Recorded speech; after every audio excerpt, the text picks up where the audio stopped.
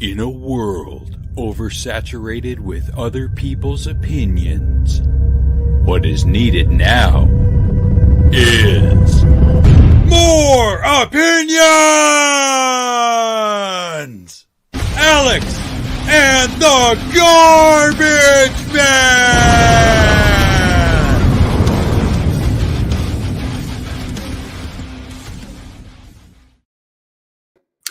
Back to basics. Yeah, boy. Was that the first one or the second one? That was the first. Yeah. What's up, Casey? Awesome. Hello, Casey. Hello, viewers. Welcome to the Fuck Festival of Fun with me and your man, Alex. I have asked my son to shut up because I don't know if you can hear him. Can you guys hear him? Not at all. Oh, I hear Kim. No, that's Cohen. Oh. Excuse me, Alex. Nick's family drama part of the show. Everyone drink. Hello, Overseer. How you doing? Good to see you again. Somehow we corralled you back here to waste your time. Well, you're young. You live, you learn, I guess. Dallas. Hey, what are you doing in Dallas? Are you going to find more video games at some bargain basement or what? Are you streaming it? That would be great. You know, Casey, Nick and I, we couldn't remember where the hell you're from, and I'm talking statewide. State-wise, I mean.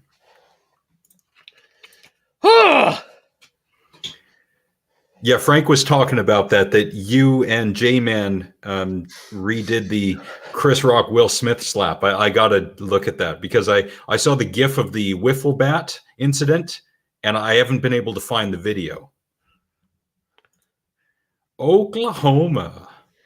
Going to WrestleMania. WrestleMania's Nice. in Dallas. Yeah. Going to Dallas.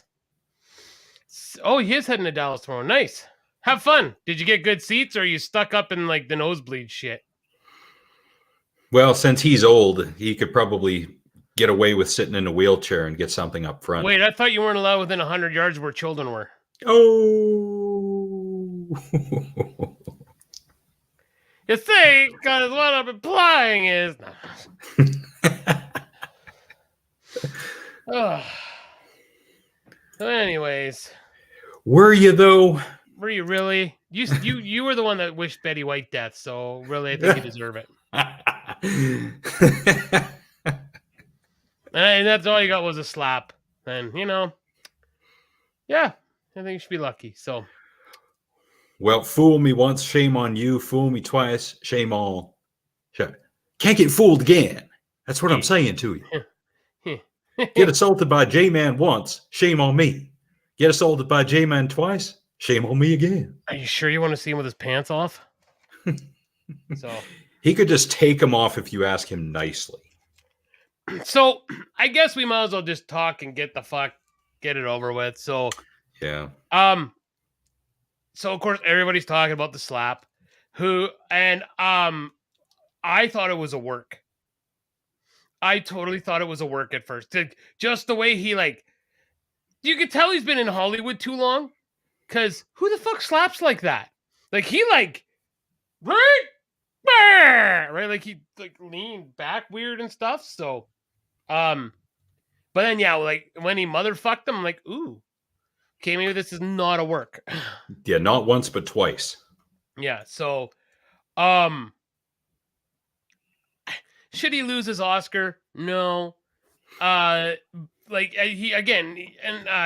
said it? I think Stephen A. Smith said it, and I'm not a big Stephen A. Smith fan, but that really tarnished his winning of the Oscar because nobody's talking about it. Everyone's talking about him slapping the shit out of Chris Rock. Yeah, ahoy hoy, Ryan.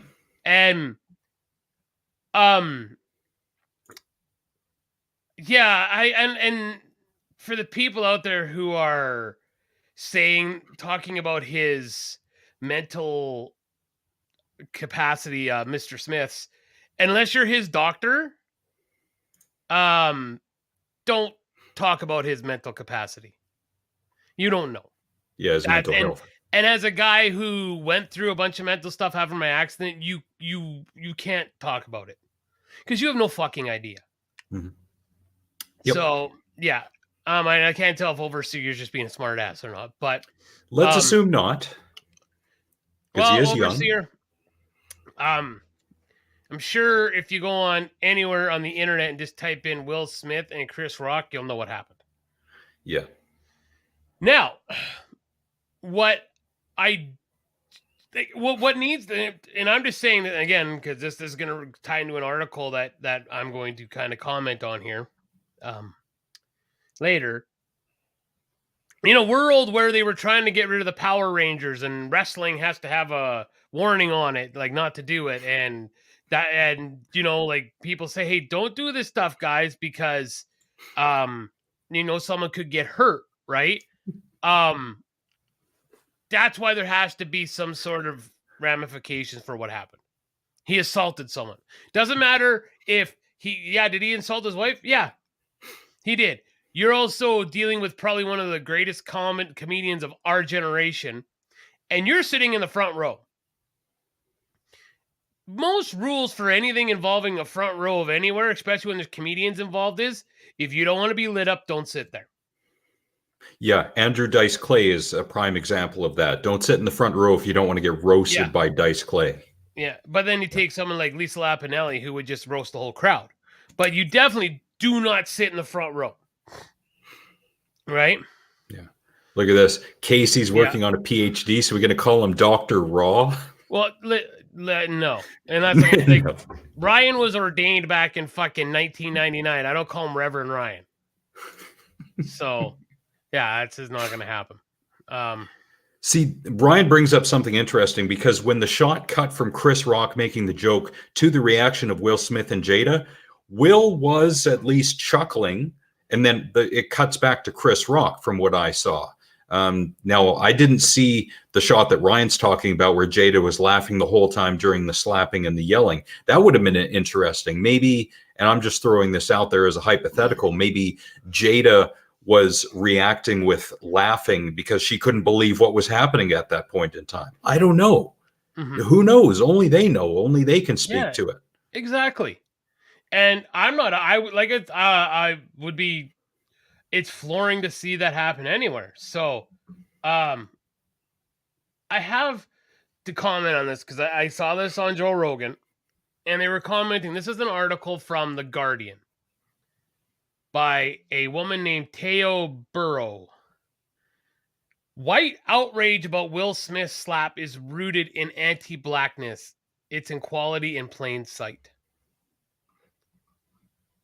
That is a huge, huge, huge, huge, huge jump. So, I'm reading things here. There were some stupid people that said some stupid shit, but of course she's just finding. Of course, when a white person, this person is also African American, okay, but of course when the white person says something, they're a racist and a piece of shit. Judge Apatow did say something stupid like he could have killed him, right? And Howard Stern compared him to Donald Trump. While white women on Twitter somehow decided that Smith's actions meant he must be beating his wife, which that's no, and I'm going to stand up for anyone there and be like, hello, Matt Rice. Holy shit. I'm gonna say, this is a first. How are you, Matt? That is ridiculous to draw that correlation. That means nothing. That is so asinine. That'd be like saying, Nick got hit by a tree, so now he goes and chops trees down. And stuff, because cheers to you, Matt. Good to see you. So we're not white people, we're colorless. Wow.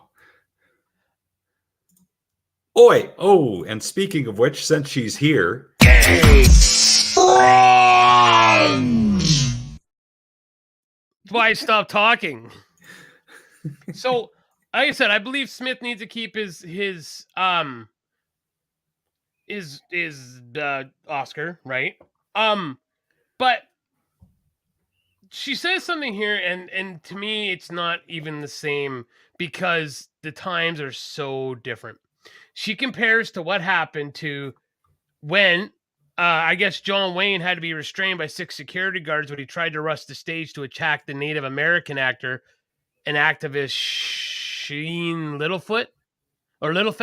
He was on stage and accepted the actor's award for Marlon Brando, who was boycotting the awards in protest of Hollywood's depiction of Native Americans. Okay. That was 10, 20, 30, 40 years ago. 40. Yeah. No, I'm 40. Was it 72? 73. So that would have been 49 years ago. 49 years ago. Yeah. That is a horrible comparison because times were so different. What else was happening in 1973 to other ethnic groups? Yeah, watch some movies from back then as to how they were speaking to each other and Black people and Native Americans. Yes. So and guess what? That was disgusting. And I don't know why John Wayne did it. We don't. Do you know there, Miss? What's her name again? Miss Burrow, Ms. Whatever the fuck you want me to call you. Do you know why? Except for hearsay, because there was no internet. So you can't go back and look it up. Okay, why does he this? Oh, because unless you were there, unless you talked to John Wayne and know why he did it, you don't know why he did it. I'm not saying it's right. I'm not condoning what he did. Okay, because I don't know why he rushed the stage. I don't understand. But comparing that being okay, so he was restrained by 6 guards. So where were the fucking guards to tackle Will Smith? Yeah. Why was he allowed to continue being? And then you see things saying, the Academy asked him to leave. So why didn't he leave? Why didn't they have security take a commercial break and security walk him out? Why, Alex? I'm guessing it's because they knew he was going to win an award and they didn't want to make it awkward. So they kind of broke their own rules. But I don't know, unless there's a spokesperson for the Academy who comes out and says, this is why, then we probably won't know. Yeah, exactly. So it's ridiculous. Nobody should be touching anybody. And I would love to see fucking The Rock call him out now. See if Will Smith will go slap someone like The Rock. This opens the door. It has already opened the door because I was watching Drunken Peasants and they pulled up a different podcast. I can't remember the name.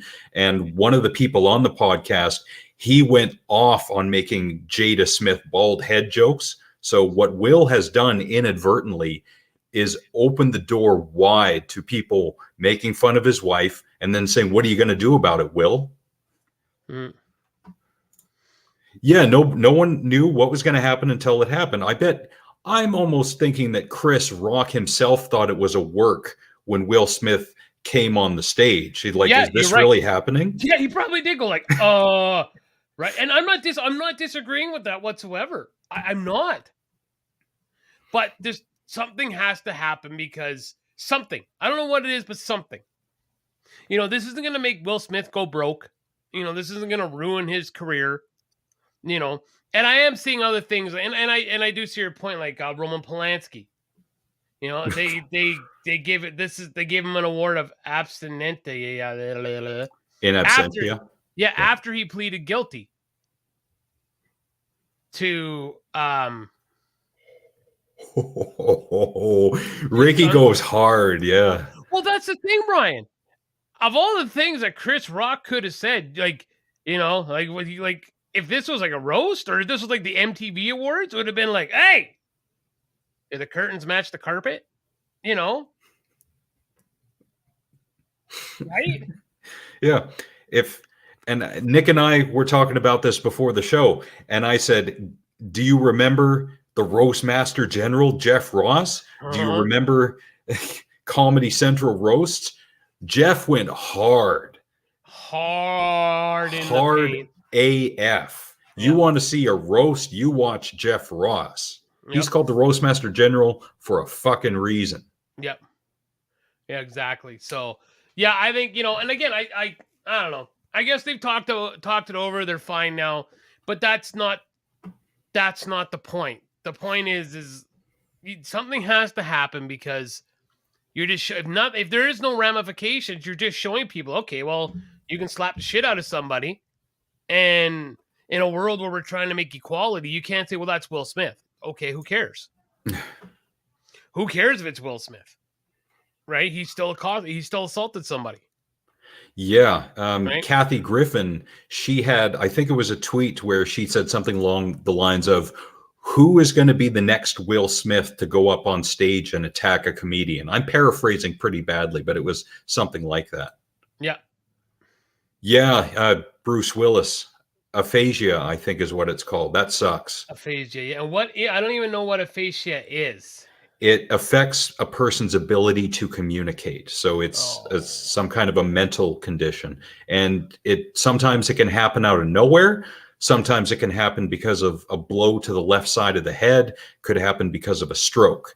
Because it has to do with the brain, it's not exactly entirely clear.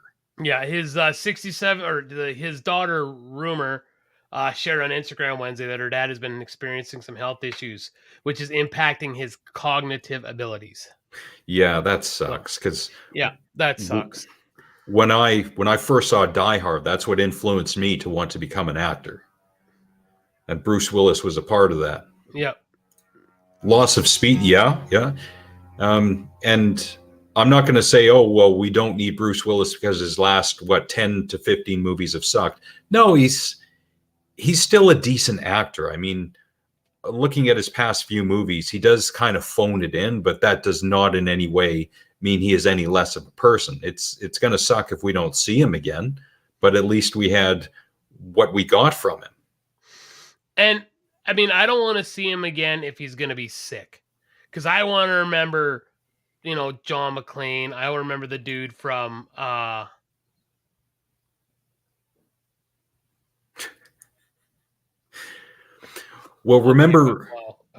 remember Richard Pryor. I mean, to see him at the end.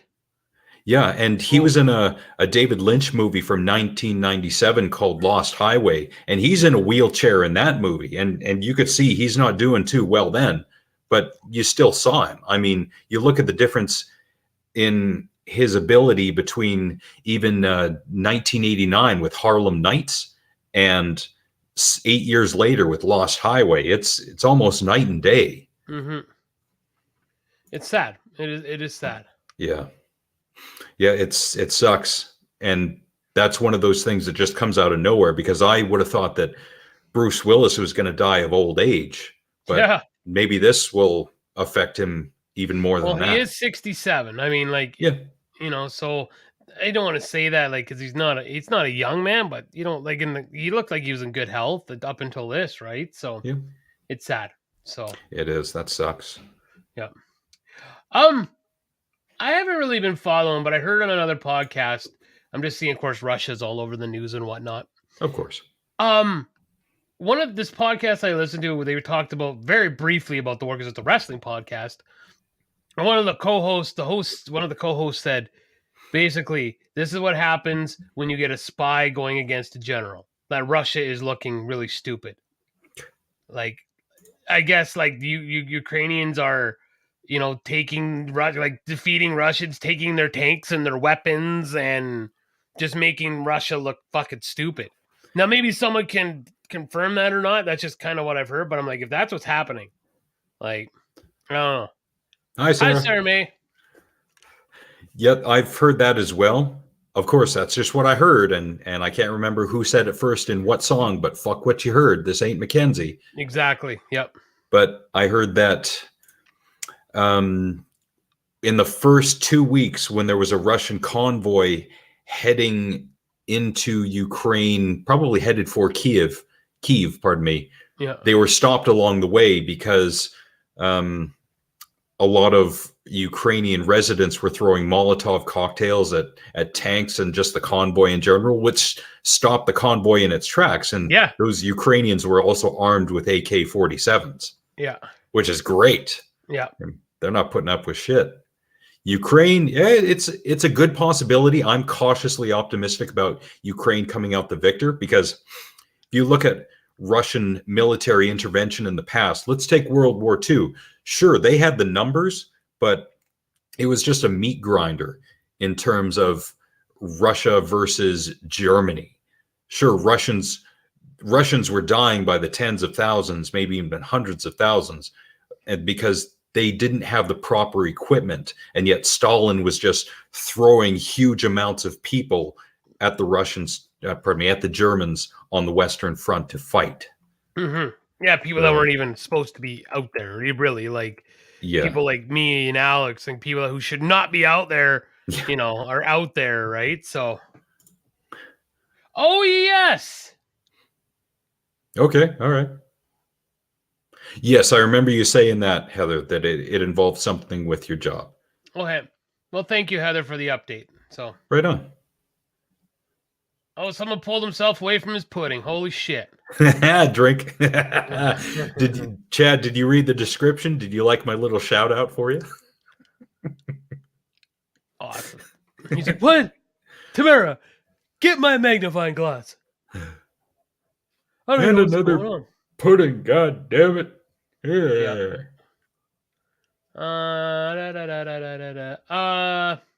Oh, Taylor Hawkins. That's so sad. Yeah. Yep. Was there an autopsy? Yeah, and this is what really bummed me out is that he had 10 different substances in his body, including heroin. Ooh. Yeah. That's rough. So and he's 50. He was 50. So that really, that was really a kick in the gut. Yeah. What do you mean, who? Taylor Hawkins. Come on. Just because it's not Ben Shapiro, Matt. No, I'm kidding. I'm just messing with you. Taylor Hawkins was the drummer for the Foo Fighters. Yeah. He was a good drummer, too. Yeah, and I'm a big Foo Fighters fan, so that really sucked. Yeah. Now, you have to kind of parse that 10 substances in his system at the time of death statement, because some substances last in the system for a while, not just when you take them. Sure, yes, he could have died. Yeah, he could have died of an overdose, or it could have been something else. Like his heart could have stopped, heart failure. Who knows? But the guy was 50. Yeah.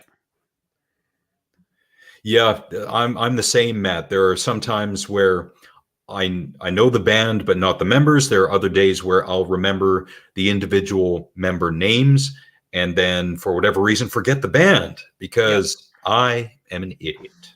Well, I wouldn't say that, because there's lots of iconic people that you you remember and lots you don't, right? So there you go. So I mean, and to get to the level where a lot of these people are, like a Dave Grohl, sure, you say Dave Grohl, you need Foo Fighters. There's not a lot of people who probably would have known who Tyler Hawkins was.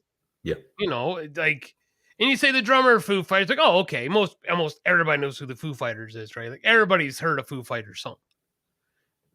I would like to think almost everybody has. So yeah, if that's somewhat in your musical wheelhouse, sure. But even at this point, dude, because we're old now, those songs, like there's a lot of those like Foo Fighters, like The Best of You and stuff. They're not just on classic rock stations. They're on like modern, like adult alternative stations, right? So right. So yeah, it's sad, and I feel bad for his family, wife, and three daughters. So that really fucking sucks. And his bandmates as well. Of course, yeah. Understandable. Like I don't know how you replace a member. After 1999, he joined the band. Yeah, and because the Foo Fighters canceled the rest of their dates, maybe this is it for them. Maybe they'll go the Led Zeppelin route and say, hey, we don't have Bonzo anymore. We're done. Yeah. And, Taylor Hawkins was a good drummer. But, I mean, it could, because that was the whole thing with Zeppelin. They were all such good friends. They couldn't think of just carrying on with a different drummer. Yeah, despite bringing in Phil Collins for a song or two, it's just not the same. It's not because he played a different way. Oh yeah, Bonzo. Yeah, like Bonzo had a different setup. My ex drummer used to set his drums with like Bonzo, and it was a weird setup. and you go listen to those drums for the fucking 70s. Holy shit. Like Yeah, the ocean and the fills he does, and there was I don't know what concert it was in the 70s, but he did, I'm pretty sure, a 10-minute drum solo that was just beautiful to listen to and to watch. Yeah. Masterful. See, that's the thing. You can do a drum solo, but it has to sound good. It has to flow, Right. yeah. Yeah, like anything that Neil Peart did, or Peart, or however you want to say it, from Rush did, like same thing, right? Like it was just amazing to watch and listen to, right? Yeah. So.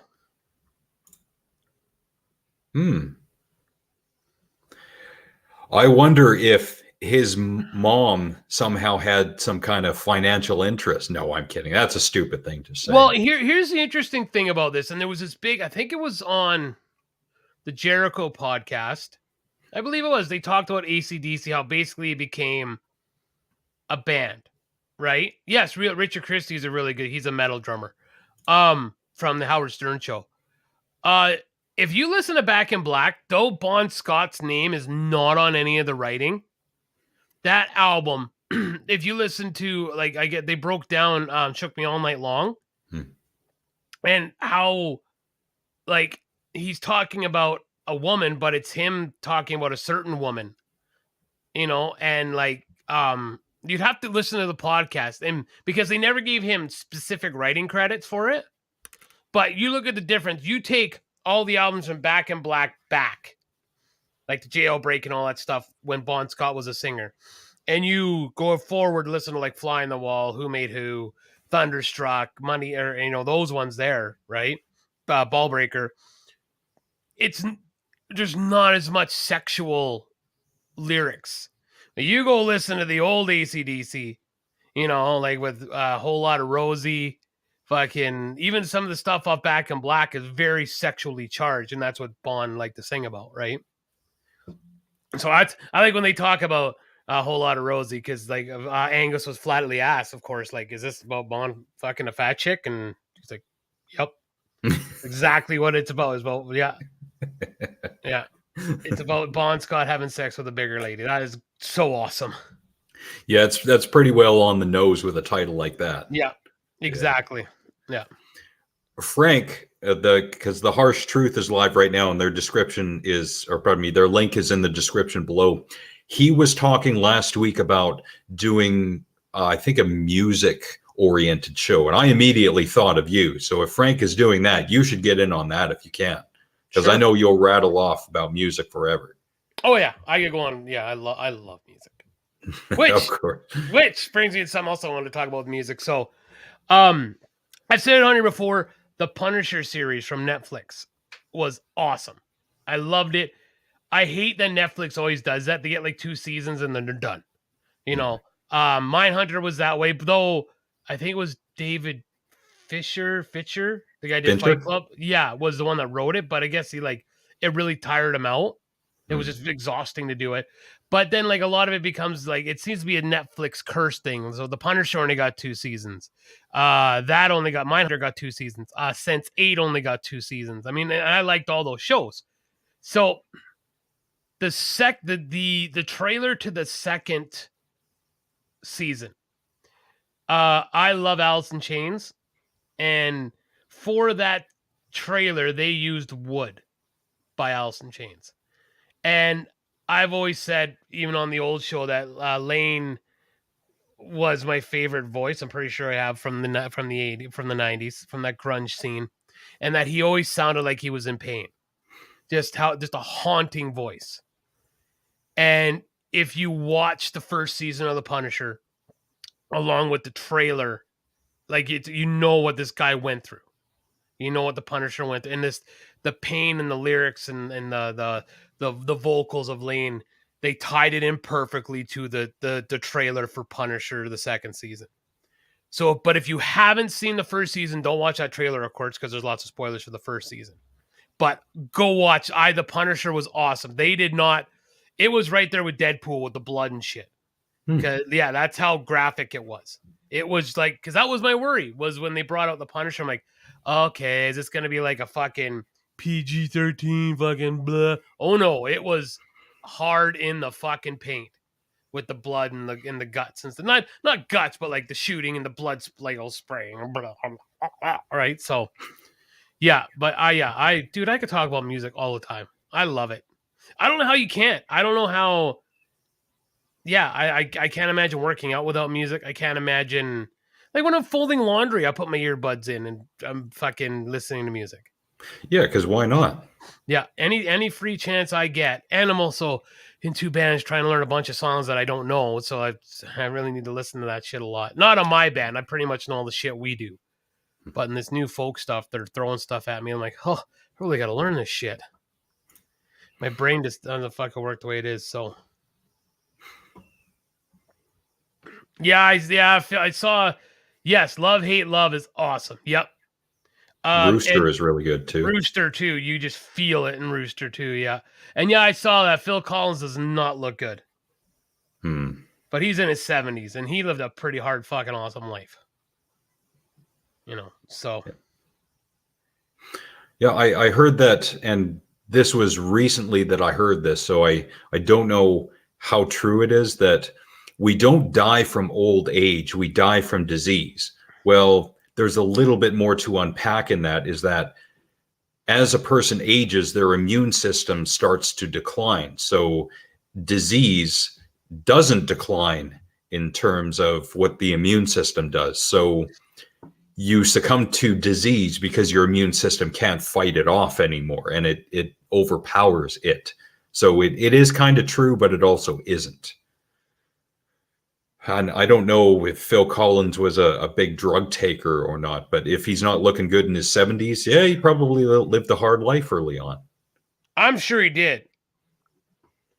Because I think everybody in the 80s was doing coke. Yeah. Yeah. I think. So actually something interesting. So the band, my guitarist is also in this folk band that we're trying to get together. And he wants to do Whiskey in the Jar. I'm like, yeah, like a folk version. Yeah. I didn't know there was a folk version. Like, I'm like, oh, dude, I got this. Fuck, I've been listening to the Thin Lizzy version for fucking ever, a hot minute, and same with the Metallica version. Oh no, there is a Celtic version, and like I can't play it because we'll probably get dinged for it. Yep. But he's like, it's a thick Irish accent, and I was like, ooh, wow, I really got to fucking, Speaking of really, hey. One year in the talent level is dry. How dare you? Really, we set the bar here, and we're still here, so we're doing pretty good.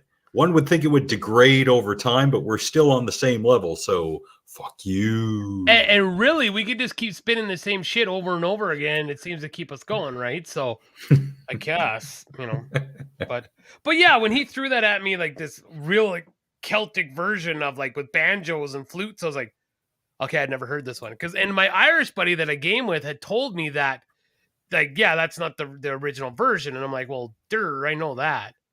And yeah, but it is like, and it's catchy. It is actually very catchy to hear an Irishman, yes, the guy from Thin Lizzy was an Irishman. We love you too, really. Oh. But like, this guy is a full Irishman. Wow. Like full, like, stealing me Lucky Charms, yeah. eh? Yeah. So, yeah. A special shout out to, I know his name on Facebook isn't exactly his real name, Roy Morphy, Tyler Roy.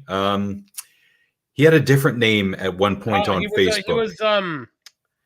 He's a Derlin. He's Calvin's nephew. Yeah. And his younger brother is Trevor. Trevor, yeah, the Roy is Freak Nasty Bum Sex. Yeah, that's the name Nathan gave. Tyler. Yeah. Freaker Tyler is what he used to go by Tyler, on Facebook years ago before he got banned. Nathan had named him Freak Nasty Bum Sack. Cowell. Tyler Cowell. Yes. There it is. Yeah, thank you for the like, Tyler. Thanks, Tyler. He was Freak. There he is. Yeah, there was some Freak Nasty Bum Sex, and then Morley was Morley Amadeus Boosh or something like that. That's different. I never heard that one. Mort had a weird name. Nathan had given him a weird name, but that's Nathan. Sorry if Sarah doxed you, Tyler. Yeah, sorry if I doxed you, Tyler. We're just trying to get it straight is all, because we forget stuff. Cotton Eye Joe. You know, I would rather dance to Cotton Eye Joe at a wedding rather than the chicken dance.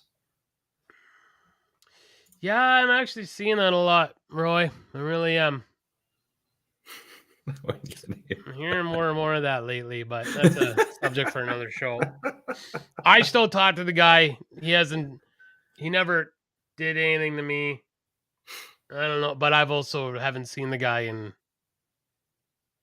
20 years. Has it been that long since I've seen Nathan? Yeah. Yeah, I guess having someone at an arm's length, intentional or not, it's different than seeing them in person every once in a while. I mean, that's why Nick and I have done a show for a year now, because we're not in each other's faces every week. Morning, Amadeus. Yeah. Aloysius Amadeus Boosh. There it is. Yeah. Wow. That's a mouthful. And then Cody was Scooter, and then Andrew was Droopy. Droopy, yeah.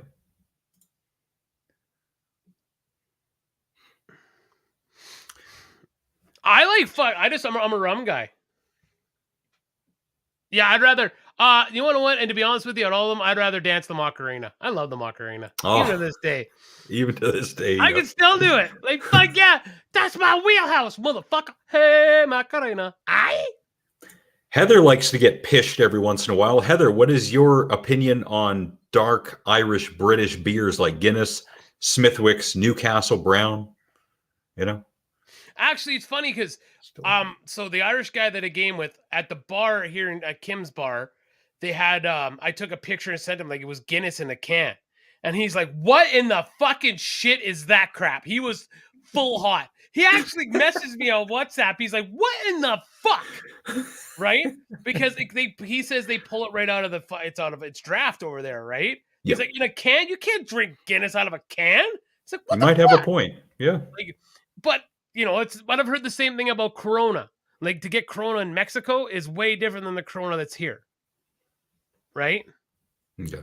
So, see, I can't drink beer anymore. It bloats the shit out of me. It really does. I can't, but I don't even drink that much anymore. And it's funny how you get older. Like, I was a Canadian guy, Budweiser, when I was, my younger years. But then now it's just about, like, rum and rye. Like, I'm into the hard stuff. Yeah. Sipping. Right? Like making it last because you're old. Because I'm old. Dude, so I hadn't drank for quite a while. And I mean, like, I know a lot of people are like, well, that's not a big deal. Well, it is for me, like when I'm a guy that was getting drunk, every Saturday night, I'm now at the gym on Saturday night instead. Like, that's a big shift from what I was doing before COVID. Yeah. And so when we went out as a crew, like, we always have like a Christmas party with the crew. I haven't been that hungover in I don't know how long. I was so fucking sick the next day. Like, that's been a long time since it was one of those. Like, I got up and it was a 3-kilometer walk to get my vehicle.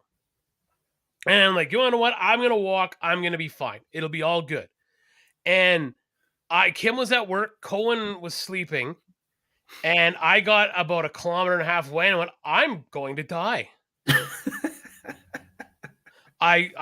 So I get there and the boss told me it's our work key. It'll open the lock. Well, I tried. It doesn't work. And I just leaned against the fence and I sit down. I'm like, oh. Well, so I text him and he's like, oh no, you got to use this key. Cause I'm thinking like, I'm going to have to sleep on this table. There's no fucking way. I can't walk home.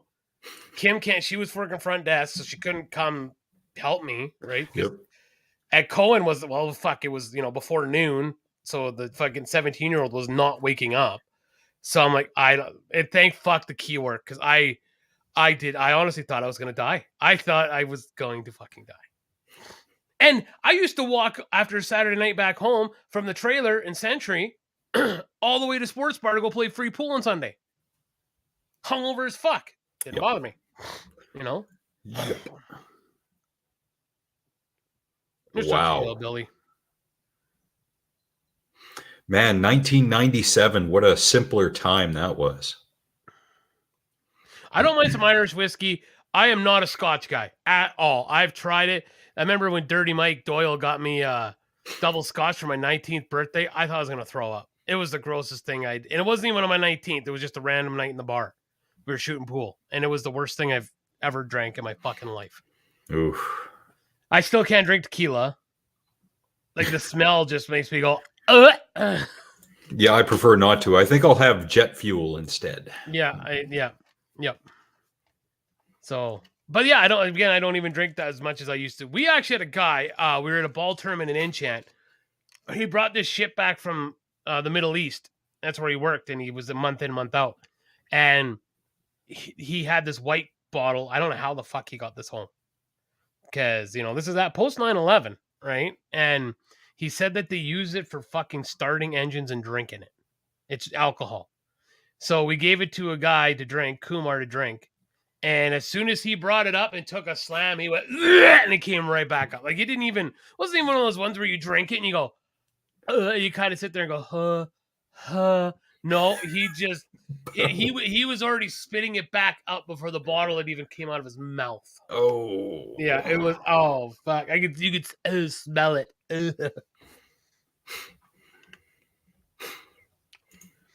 Yeah, well, I haven't. I live in Canada, so there's a good chance I haven't had real scotch. Yeah, same here. So that's like, have you had real poutine? Probably not. I bet you it's garbage over there. Have you had real maple syrup? Probably not. Because I won't cross the border into Quebec. Yeah, Quebec. Suckerly blur. Hey, never mind. I might get his fucking band. Yeah. I had a French joke, but am I allowed to say it if my dad's from Quebec?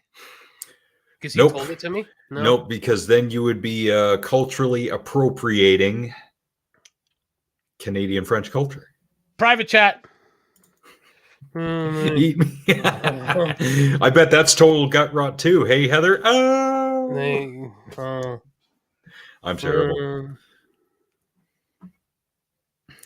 Look at this old man trying to type. It's like watching Chad trying to eat pudding. You'll read the private chat. All right. And then I'll give you the punchline. You sure you're spelling that right, that last word? No. Okay. Pepsi's. Okay. Because like the bottle, they're empty from the neck up. Wow. Ha! My dad loves that joke. Sir, dismiss me. I want to know the joke. Oh, come on. Dad never told you that joke? Eat me arse. Well, that'll give you gut rot. Thanks, I missed that joke. God damn it. I'll be willing to find out, though. Give me a spoon. Ow! Oh. Got to push them spikes out of the way, though. I'll take that Yorkshire pudding for a ride. All right. Okay. Now I got to tell Sarah the joke. She's like, I want to know the joke. I'm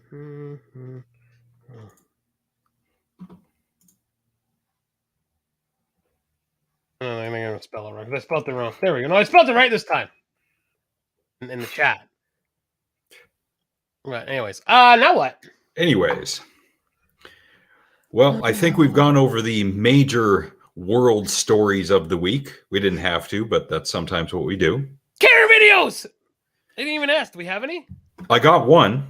Woohoo! It's not exactly full context. And what I mean by that is the title doesn't exactly match the content. Sarah laughed. All right. So the title of the video is Karen Freaks Out on Airplane About Crying Babies. Now, that's the title, but that's not exactly what's in the video. And Heather will be able to translate because it's from somewhere over there.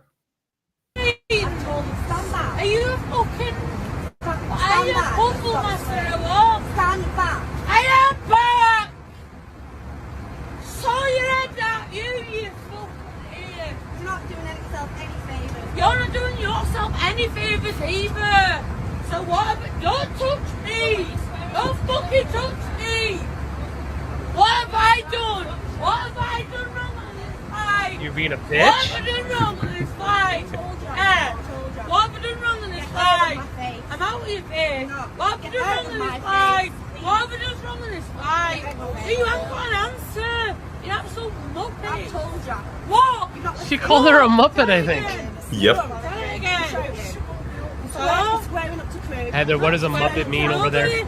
I'm not squaring up to nobody. I'm asking you, what have I done? Get so close. Well, what have I done? I just said. Well, tell me. Stand there. Don't touch me. Don't fucking put your hands on me. You can fuck off with your little fuck.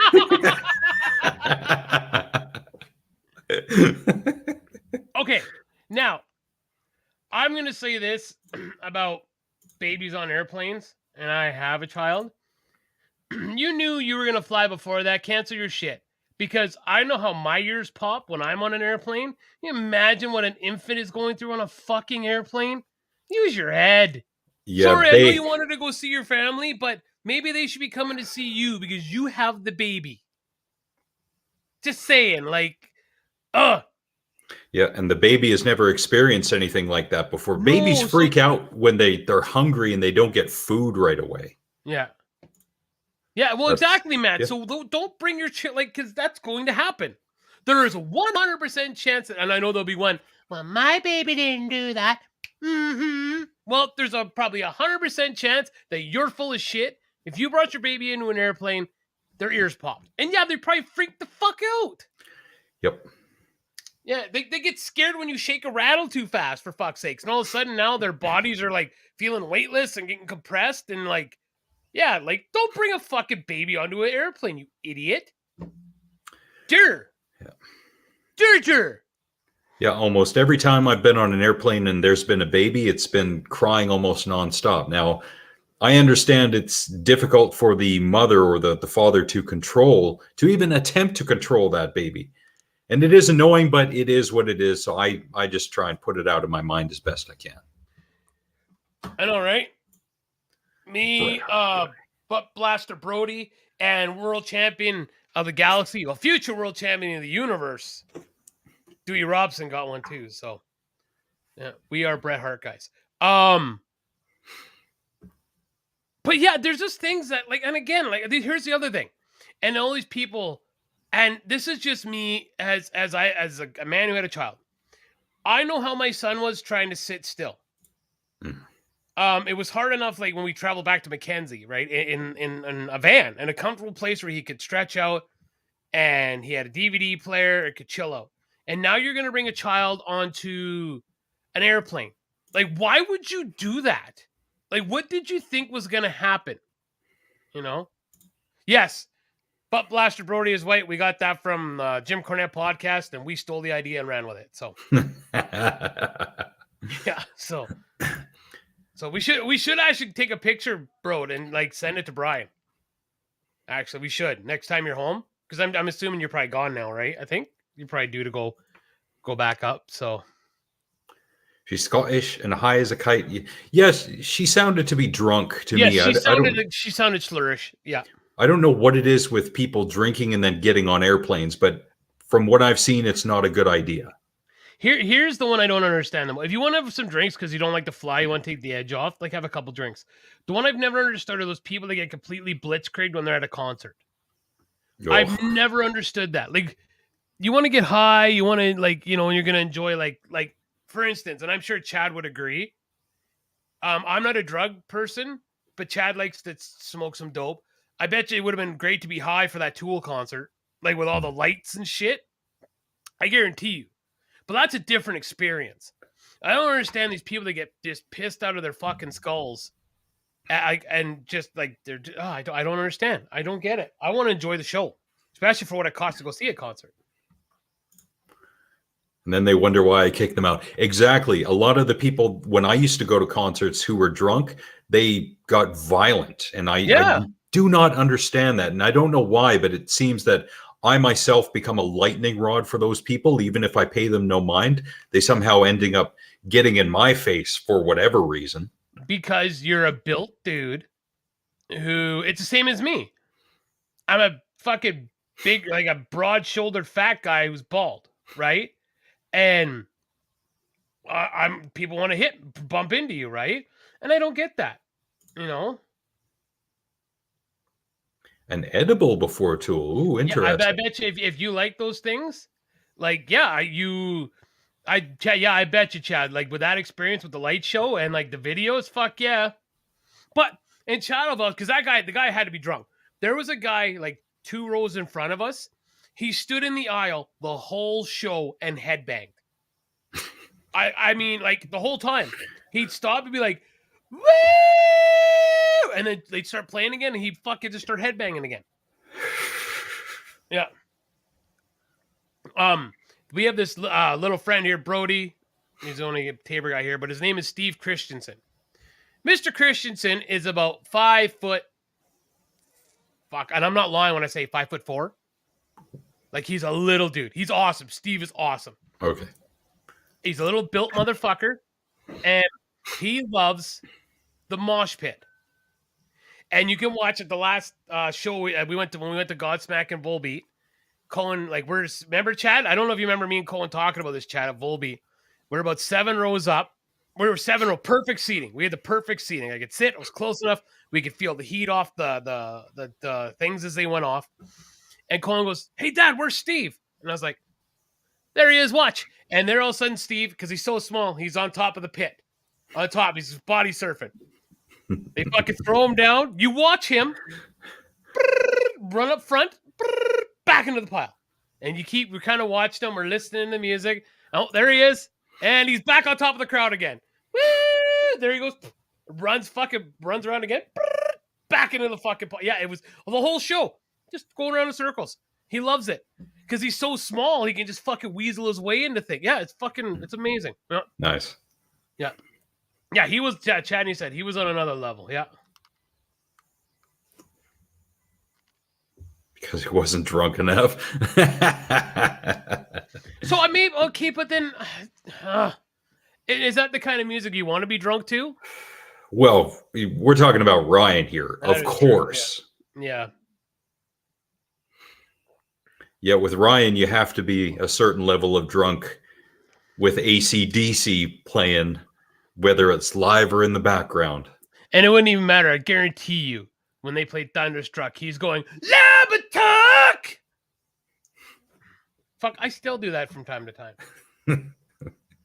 Full disclosure. So it's funny. I know we've talked about this a bunch, and we're going to talk about it a bunch more times because it's just the way this show fucking goes.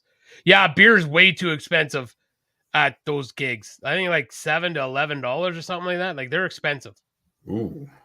But I've told you this before. The song by Edwin, Alive. Yeah, I forgot all about it again, and then I don't know why I thought about it, and I downloaded it, and like I said, it reminds me of that summer, all that partying, because you were the one that introduced me to it.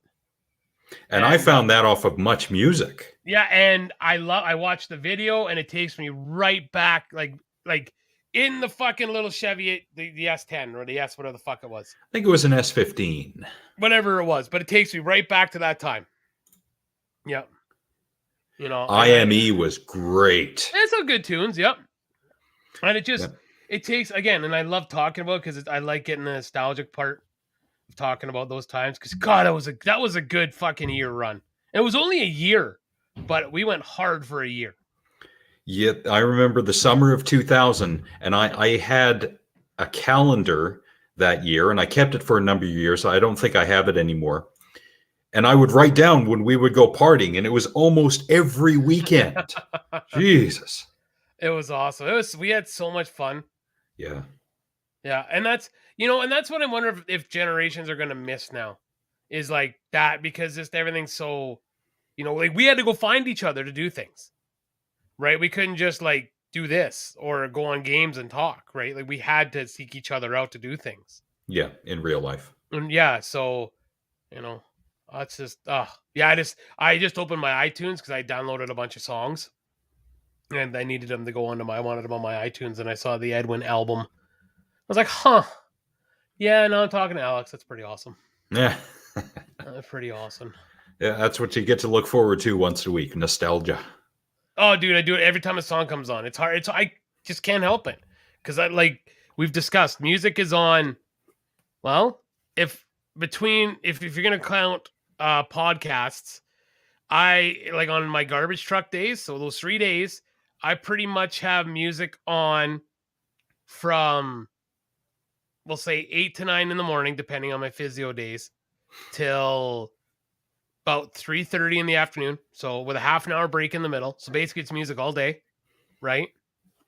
And then I go right from there to the gym, and I'm back with headphones on for an hour and a half.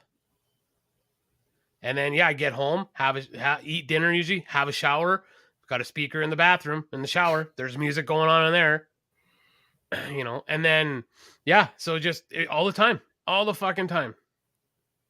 Well, because that's just it. Yeah, Chadney, it was the first taste of adult freedom. You're right. And that's, and that's what it is. A lot of these songs I hear, and that's what it takes me to every time. Yeah, especially in a small place like Mackenzie. Yeah.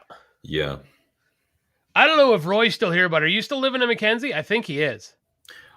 I think he was in Alberta. Now he's back in BC. I don't know exactly where. Someone from Facebook isn't watching anymore. Whether it's Matt or Tyler, I'm not sure, but we'll find out in a minute.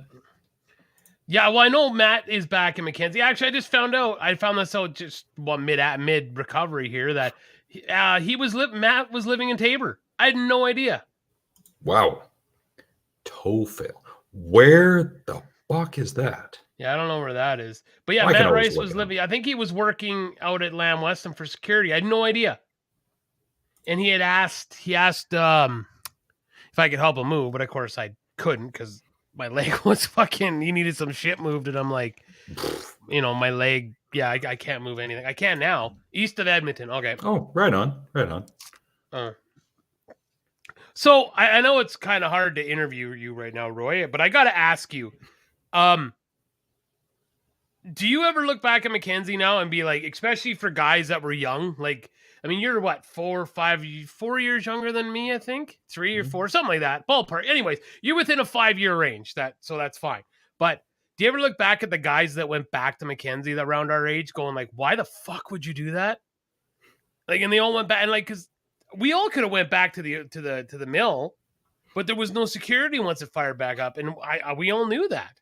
Yep. So when a bunch of young guys went back, and I won't say any names because you either knew who they are or you don't know. I was just floored that these young guys went back, just to even take that risk. And I said this jokingly to my mom, not jokingly, but half true, about not wanting to go move back even to Prince George. It was in January. And I talked to her on Sunday, and on Saturday in January, it was 11 degrees here. That's why I don't want to move back to fucking BC. It was 11 degrees here. Right? Like, I mean, I loved my time at Prince George. I love going to visit, but I like my Chinooks in the winter.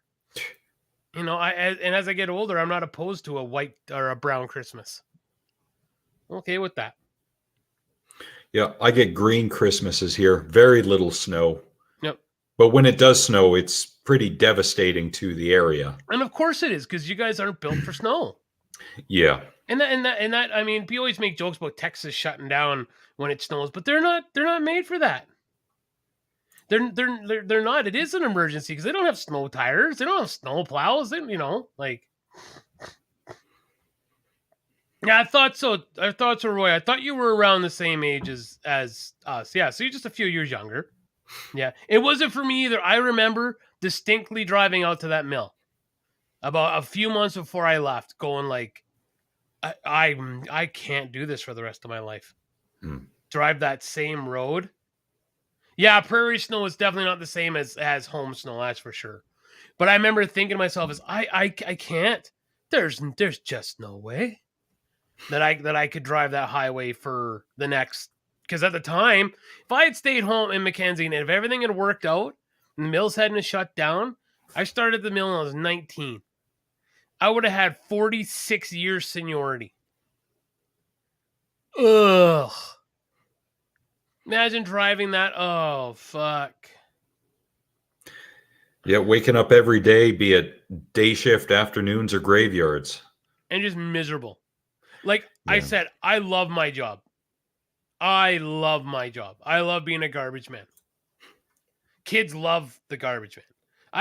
I get kids that fucking, you know.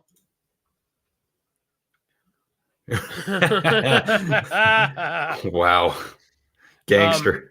I got kids now who like I don't even know, like the one kid Sutter, the one that the pictures were of a couple years ago. Like I always text his mom so he can be out to say hi to me. But now I'm getting other parents that make sure their kids are outside so they can see the garbage truck. It's awesome. I love being the garbage, and I love my job. My crew is awesome. You know, we crack jokes at each other all the time. It's great. Nobody gets butt hurt. You know, it's a very, very great environment to work in. It's like there's a sense of community there, not only with the kids, but with the people you're working with as well. Mm-hmm. What is Hodgmanay? I don't know if I'm saying that correctly. I could look it up. Oh, Chadney, without a doubt. You can't, like, the optimism that was in Mackenzie. You can't argue that. Nobody could. Anybody that would argue that is a fucking asshole. When you could go from fucking FFI to BCFP in the same day, you could work day shift at one mill and then go, if you didn't like it, you'd quit that mill and go work afternoons in the next one. And they'd buy you boots because they needed guys so desperately. Of course. Hey, it's the same shit that was going on with the oil field here in the early 2000s. And the early 90s, or late 90s, early 2000s. They were so desperate for guys when I came here. The BJ Services, now Baker Hughes, bought my license and all my tickets for me. My class 1 license. All I had to give them was 2 years of service. That's it. I just had to work there for 2 years. And you made some good money, I bet. I made some fucking bank working there. Yep. Yeah, but that's why I got out of the oil field, because if I want to make that bank, I want to make that bank year round. All the time. I don't want 1 year to be fucking great and then the next year I'm barely making ends meet because I'm not making that money anymore. So yeah, exactly, Ryan. That's what happened. You get a job at the mill in the 70s. I don't want to say they give you a house, but because that's my understanding of it. That's what happened with my parents. They got the house and they paid it off through the mill because the mill bought a whole bunch of houses. Yeah, and then you would just work it off that way. Yeah, that's great. That's amazing. So basically, so when your mom and dad left, they were fucking set when mom and dad sold the house, because so they'd been mortgage free probably for years. Yep, you purchase it for what, 20 grand in the 70s. You sell, and they sold in 2010, and it had to be in the 200,000 range that they sold it. There you go. Yeah. So but that's the thing. They don't do that. I guess they kind of are starting to do that a little bit more in places like coal mines and stuff are buying up houses, I believe, for their workers because they're just flying them in for work. I mean, I could see doing that. So 2 weeks on, 2 weeks in, 2 weeks on. We got to go back to Heather's comment. What the fuck is hogmanani? Hogmanani. Hootenanny. Hootenanny. Sounds like something kinky you do to spikes. Let's see. We're never letting that go, Heather. Yeah, just so you know. Yeah. All right. Hey, you spelt it wrong. Did she? There is one. Okay, so that's New Year's Eve. So is a Scots word for the last day of the old year, synonymous to celebration of the New Year's in the Scottish manner. It is normally followed by further celebration the morning of New Year's Day, in some cases January 2nd, a Scottish bank holiday. Oh, cool. Sorry, New Year's Eve in Scotland. Cool. Right on. I remember when you almost did that, and then we all left. New Year's was a big deal back in the day, and now I don't care. That's the one night of the year that me and my wife go to a friend's place. Kim, I pretty much have a leash to do what I want, to party, to jam with the guys, to go perform music, to do this show, to go watch Dewey wrestle, all that shit. And that's the one day a year that I make sure to give her, because she's like, hey, like, I want to do this and we're going to go do this. So, yeah. Iron brew, hey? I think we had this discussion, didn't we? Iron brew? Yeah, not like Chad would remember. Remember, he's old. He doesn't remember yesterday. Yeah, we talked about this. Their carbonated orange drink. We talked about it fucking weeks ago, bro. I think the sugar in the pudding is melting your mind. No, we did man. because we were looking to see if we could find any of it in Yes. Canada. Yeah. Oh, you're not bad, dude. Hey, it's I don't know. I think we had this conversation because I don't think I want to try it, but I remember it cost it was expensive. Yeah, it's like $60 or something. It was stupidly expensive. Yeah, I'm gonna check Amazon right now because I remember It was stupid expensive. Yeah, it was stupid expensive. Yeah, I remember because I was like I would order some and try it. But yeah, I remember it was like, oh my god, this is expensive. Oh my god, it's true. Oh my god, testicles. Yeah, okay, it wasn't $60. Okay, a 500 milliliter bottle, so your standard small bottle of Coke, $13.99. You are right. You were right. 16. So 6.9 ounce pack of 6 is $54. That's fucking ridiculous. Do you remember that Canadian, not PM, Bev Oda back in the day? She got busted because she bought a $13 orange juice. She was somewhere in Europe on some government trip. Was and that the stuff? She not Iron Brew, but she just got ripped for buying something that expensive on the public dime. She might as well have been drinking Iron Brew. Jesus.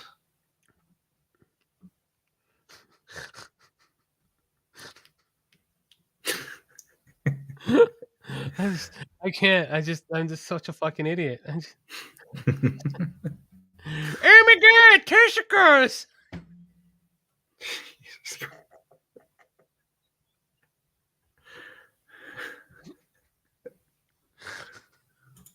I don't know why it's so funny. Oh fuck. Oh fuck. I don't know why it's so funny.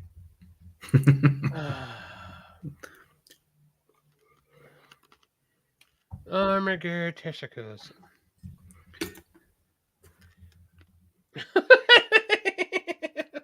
That's another good one.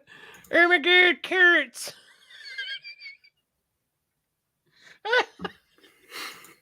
I'm having way too much fun. Fuck me. This is awesome. Oh my god, carrots. It's funny because you think it's funny. Ha ha ha. Oh my god, carrots. What else we got here? Let's see what else we got for Ermagirds. Ermagird first. Look at the fucking cat's face.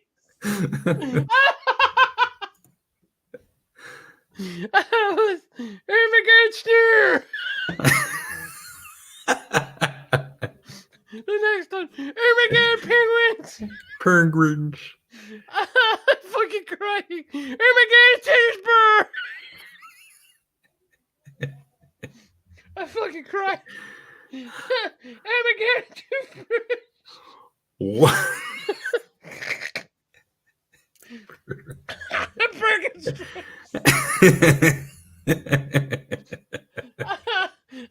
fucking crying. Now I see what really mysterious said about us having fallen so far. Ermagird a stick. I'm dying.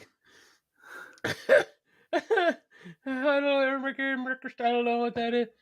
Oh, okay. I'm fucking crying.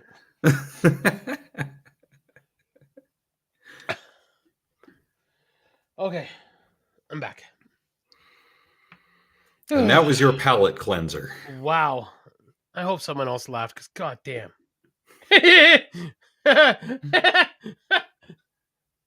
You found another one, didn't I you? did. Where is it?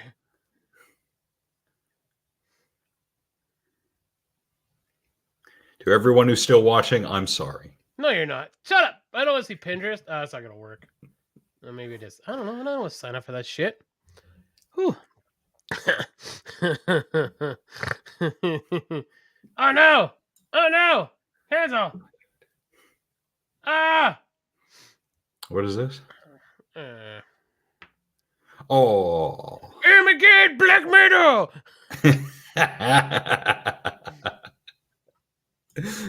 This is the greatest show ever! Sarah damn. thinks so. Fuck. Fuck. Alright.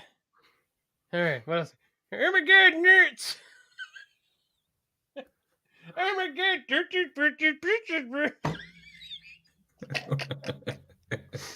Oh, fuck. Come on. Goddamn. No, it's all slow and shit. Alright, so. Hamburger testicles. Okay. I will now close that page. Alright, I'm focused again. Holy fuck. Anyways. What else do we have on the agenda, as my son would call his agenda in school? Shows his level of education. Dude, it was like grade 3 or 4. And he's like, "Hey Dad, I got my agenda." What? My agenda. It's agenda. Oh, that makes sense. Oh my god, like this. Yeah, I had nothing in my editorials. Nothing good. Yeah. Let's go to the Facebook. Let's see what we got. I mean, if I read it on Facebook, it's true, right? Oh, absolutely. Especially if 100 people say, yeah, I believe it's true. Yeah, it confirms my confirmation bias. It's got to be true. Name some of the best. So this was a Rock 106 question. Name some of the best debut rock albums. Of course, someone's going to say Zeppelin or Black Sabbath. Well, you want to know what? I'm going to disagree. I didn't mind Sabbath, Black Sabbath. It's a good album. But to me, like Black Sabbath with the purple writing and Paranoid are much better than the first Black Sabbath. It's a good album. So let's see. System's first album. What was that? 98, 99? I think it was 98. Guns N' Roses, of course, Appetite. 87. Appetite, yeah. Van Halen, Rage Against the Machine, Boston, there's Sabbath. The Beatles, Please Please Me, Pearl Jam 10. I can't disagree with that. That was 92, wasn't it? 91. 91. The Jimi Hendrix Experience, Are You Experienced? The Clash, Joy Division, Strokes, Velvet Underground, Smiths, The Cars, Zeppelin, Oasis, and the Stone Roses. Fuck that. See, that always to me that's like some yuppie shit. It really is, because I mean, and I know music, and people say, "Oh my god, you don't." I don't know who the fuck the Stone Roses are. I can't remember. Me neither. I don't know. Go ahead. I listened to I think all of the albums by the Velvet Underground. I didn't see anything special in them, and those are from the 60s. Audio Slave. Now you're getting into super groups. I guess that counts because it is a band and it isn't their first album. But I would. Yeah.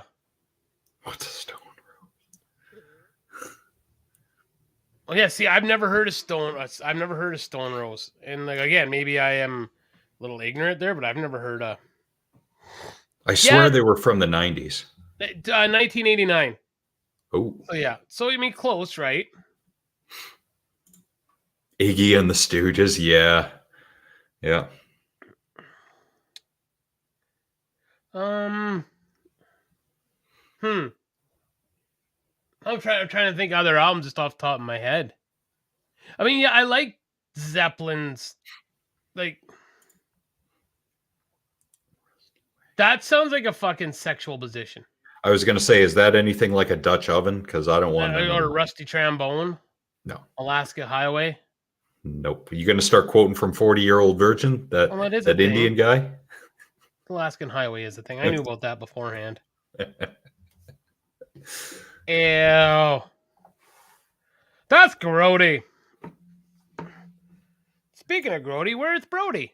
Did I did there? I should have said it at the time when he made his one comment. I was going to say, well, that's the cameo from Brody. Bye. Oh, it is a hedgehog wearing socks. It's adorable, Sarah May. Blah, blah, blah. So, I'm going to put Sarah May over here. She's going to like to hear this. I haven't had a chance to talk to her. So, Sarah Cohen's graduating this year, so Yep. of course he really wants his, like, we want, you know, as many family members could come. But what we're doing is we're having a dinner beforehand because you can only bring up to 8 people to the banquet, right? Like the grad banquet itself. Yep. So it's just the parents going because they can't, you know, it's not fair. We can't cut people out. Are you still listening, Sarah? I think she is. Okay. So anyways, we told Cohen this and he was like, well, I don't care. I want my auntie at the banquet. And we're like, that's not happening because that's not for everybody else. And he was hell-bent that his auntie, Sarah, needs to be at the banquet. But we can't, again, and like, I know Sarah's like, no, we can't do that because he's got other aunties and grandmas and like he's got fucking 5, 6 grandparents. How do you make a determine who can go and who can't? Yeah, it becomes playing favorites and you're going to have drama. But he made it very, very, very clear. And we said, you can't do that, buddy. That's why we're going to have a dinner beforehand with all the family members that he wanted his auntie to be at the banquet. So you're going to have a dinner before your dinner. That's some first world we're going shit. to have a dinner on Thursday. Okay. And the dinner is like on Saturday. Yeah, it's stupid. It's broken into 2 days here. Yeah. They just don't bang it out in one day. It's dumb. Like we used to do back in the day. Yeah. You used to go the morning you did your ceremony. You go get dressed, take pictures, go have a shitty dinner, and then go get shit-faced out at 22 Mile. Sounds about right. Yep. So, yeah. Oh, Sarah just said, I love my Colbert. Yeah, May, you're the only one. He said that he wanted his auntie. Oh, and even then, I don't even know if he wants to go to the party after, because we told him, we're like, if you don't want to go hang out with a bunch of people that you don't really even like, just come home. Yeah, have a party with the family. I said, invite a couple of your friends over. Yeah.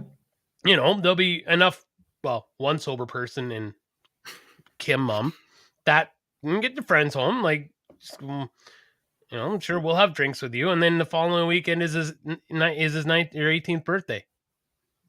So he really hopes his auntie's going to be able to stay for his 18th birthday. Because, yeah, that's all he cares about is having his auntie. I really want his auntie and his grandpa Ivan to be here. Oh. Because Grandpa Ivan likes to party too. So. Shut up. Yeah. He seems to be aging pretty well, Ivan. Oh, Dad, yeah, he's got a little bit of a beer gut on him. He looks exactly the same. He does. Dad looks exactly the same. And he had put up a lot of stress with my mom and my sister. Yeah, he looks exactly the same. Just a little bit of a beer gut on him. That's all. Yeah. That's amazing. 22 Mile through the forest. Wow. Yeah, man, if you walked from 22 Mile and can you imagine taking the sewer home? Ooh. Oh, the pipeline? Fuck. Yeah, pipeline all the way back up to Woodland. where Or Century.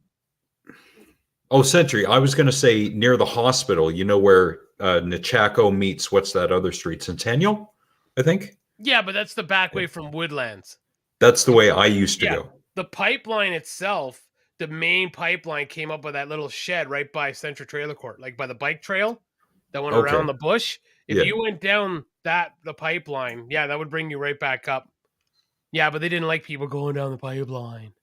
Yeah. That was a long way. Which is crazy. Like, you know, yeah, used to like, where are the kids? What are they doing? And then like, we rode our bikes out the 22 mile for fuck's sakes on a Saturday. Yep. Nobody knew where we were. Well, no. It's in some cases, it's not that nobody knew where you were. With my parents, where are you going? You know, how long are you going to be? Yeah. Are you going to be back for supper? Yeah. Well, I can't say that. My dad would just say, where are you going? Just in case, you know, and he's like, if you ever need a ride, call always, anytime. And that was, you know, one night I walked, I don't remember where we were partying, but I walked Karina home in the Woodlands. And then I walked through Century to go back up. I think we were living on Selwyn. My fucking dad happened to be awake, and it was like 2 a.m. And I stopped and I'm like, what the fuck are you doing awake? He's like, what the fuck are you doing out here? I'm like, I was drunk and walking a friend home. He's like, well, I'm watching fucking TV. I'm like, all right, well, I'm going to watch TV too and smoke some darts. Yeah, like 2 a.m, drunk out of my fucking skull. And he was cool with it. I was 19 at the time. Yeah. Living at Selwyn, would have been 20. Yeah, would have been 20. I don't even know where the fuck we were partying that night. Questions. Questions. Where the fuck were we partying? I don't have my calendar anymore. I can't help you. Who knows with us? Fuck. Yeah. Well, really, it was only like at that point, it was only one place. And that was my house. Yeah, by that point, yeah, there was only one, and that was the house on Selwyn. So. Yeah, that was the safest place at that point. Yeah. So you said you're on a weird work schedule again. When are you on like nights now? Like I was thinking about that. Are you on nights like evening? So okay. Noon till 8 o'clock. Ah, okay. All right.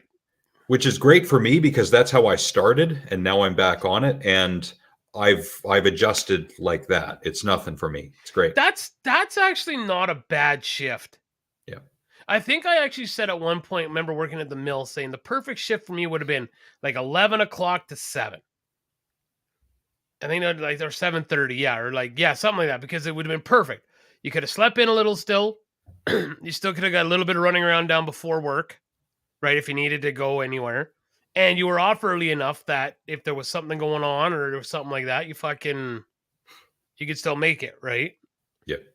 Yeah, So, when I was at the finger joint mill, it was perfect for me because I could get up early in the morning, go to the gym, eat, then I'm off to the job. And that's the day. And that was a great schedule for me. what time? What is that? What you worked at the finger joint mill? I alternated. I think in 2000, early 2001, it was the compressed work weekend. But at some point later toward the summertime, right before I left, I think I went back to days or back to afternoons. I think it alternated in there, but whatever it was great for me. I think it was in the summer of 2001 afternoons. Oh, Perfect okay. for me. Yeah, I loved it. Nice. Yeah. All right, I think we're kind of starting to spin wheels here, aren't we? Compressed work week, that was great for me because then I had the entire week, but it's that Friday that you have to go to bed early, try and get in a few hours just to survive that first 10-hour shift. Yeah. I thought it was pretty good, though. First off, the tea at the golf. Oh, man. You did not. You're old. No, that's how he got old, is all that golfing. All that golfing. Weaken the knees and the shoulders. Right.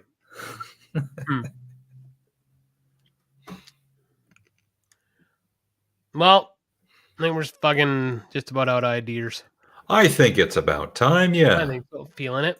I already recommended the end of the song, so just to keep you going. and there's that. We'll end it on that note. Yeah, I never saw that. I never knew of anyone. At least people didn't talk about it, so I had no idea that was going on. Picture Rodney golfing. Rodney who? Dangerfield. Okay. Oh yes. Hey everybody, we're all gonna get laid. That's a classic line. I love that movie. Haven't seen that movie in years. Blood and Thunder by Mastodon. No. You should. Mastodon's a good band. Really good band. No fucking.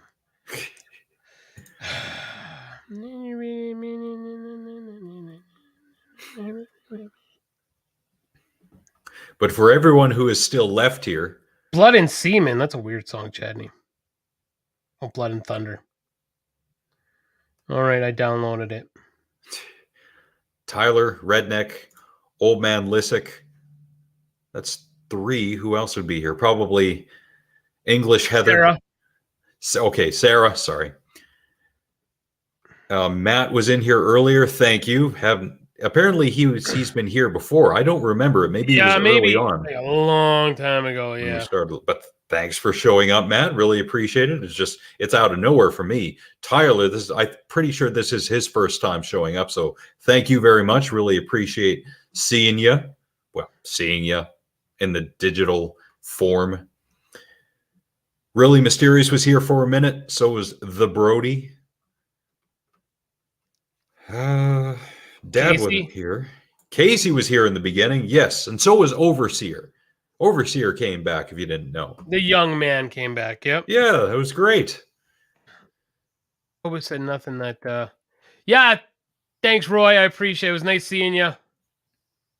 I always like talking about Mackenzie. So. Yeah, and the people that are from that part of our lives as well. Yeah, most definitely. Yep. We may have gone in different directions ideologically, politically, but at least we can get together on that old meme from Predator where Carl Weathers and Arnold Schwarzenegger slap hands, and it's like them, us, Mackenzie in the middle. And there's Gordon as well. What Stepped in at inappropriate the joke. last moment. I didn't share it. It was private.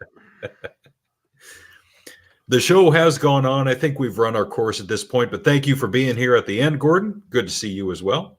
Yes. We'll be back here next Thursday. Yes. And with whatever goes on in the world, we'll probably mention it and then get right back to talking about movies, music, and Mackenzie. So we'll see you all next time. Yeah, keep holding that. Keep holding it, Nick. Only a minute and more. Yep, keep... I could. My eyes started to water. Like I can't. Bye, guys. Good night, everybody. Thank you very much.